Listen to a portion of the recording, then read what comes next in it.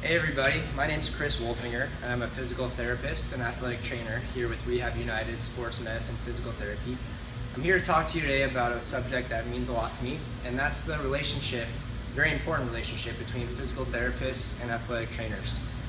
First thing I want to do is I want to break down each profession one by one and kind of talk a little bit about what each profession entails, and then from there I'm going to talk a little bit about the relationship that we have between physical therapists and athletic trainers, both here in Rehab United and elsewhere in the community. So first thing, physical therapists, you have to be a licensed physical therapist in the state of California. In order to sit for the board examination to become a physical therapist, you have to complete a doctorate program in physical therapy. For an athletic trainer, you also have to sit for a board exam.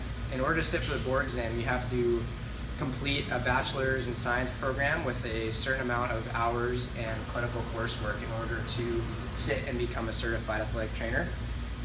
You'll find both physical therapists and athletic trainers in a variety of settings.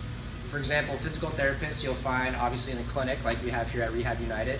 You can find us in hospitals, skilled nursing facilities, and home health physical therapy, just to name a few. Athletic trainers, you will find some athletic trainers who do work in the PT clinic. You also find athletic trainers working at high schools, for colleges, and in professional sports. Some of the main aspects of physical therapy involves evaluating and assessing, as well as treating movement dysfunction that we find in certain populations and patients. Athletic trainers, one of the main responsibilities and duties as an athletic trainer is first responder care, on the field care if anything does happen. During practices or games, athletic trainers are usually the first ones out on the field, on the court, on the ice. So it's very important that athletic trainers have that solid background in emergency response. Physical therapists, we here in the clinic are in constant communication with referring physicians, although we are stemming a little bit away from that with direct access coming through, where patients don't necessarily have to see a physician before coming to physical therapy. Athletic trainers are also in the loop in terms of communication. They're in constant communication and triaging with team physicians, and if they're working for a university or with a high school, the school physicians as well. Some of the disorders and dysfunctions that we will see here in the clinic and in other settings in regards to physical therapy: musculoskeletal disorders, so anything involving the muscles and bones of your body; neurological issues, so anything from brain injuries, spinal cord injuries, and stuff like that. We'll also see patients who have vestibular disorders, so that involves inner ear issues as well as balance dysfunction. We'll also see patients specifically for women's health issues, whether that's postpartum, pregnancy, and all the stages in between. And a big thing that we'll see here at Rehab United is post-operatively. So post-surgical patients, whether that's total joint replacements, ACL reconstruction, shoulder reconstruction, just to name a few. For athletic training, it's a lot of musculoskeletal based injuries. So that involves, again, the muscles and the bones.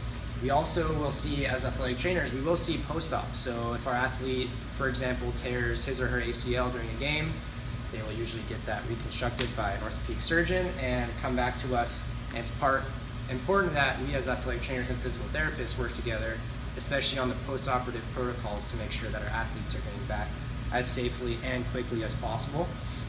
The last one that both physical therapists and athletic trainers will see, but athletic trainers do see more often, is concussions, which is obviously a hot topic right now. And athletic trainers have a very diverse background, including clinical application of concussion management, including evaluating and assessing, as well as in communication with physicians to diagnose concussions and also come up with return to play protocols in order to ensure that our athletes are getting back as safely and quickly as possible.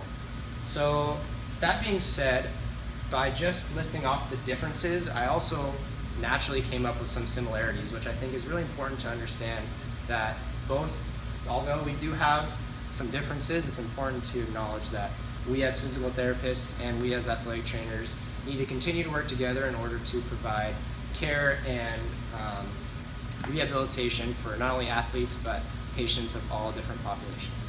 Thank you, and hope to see you soon.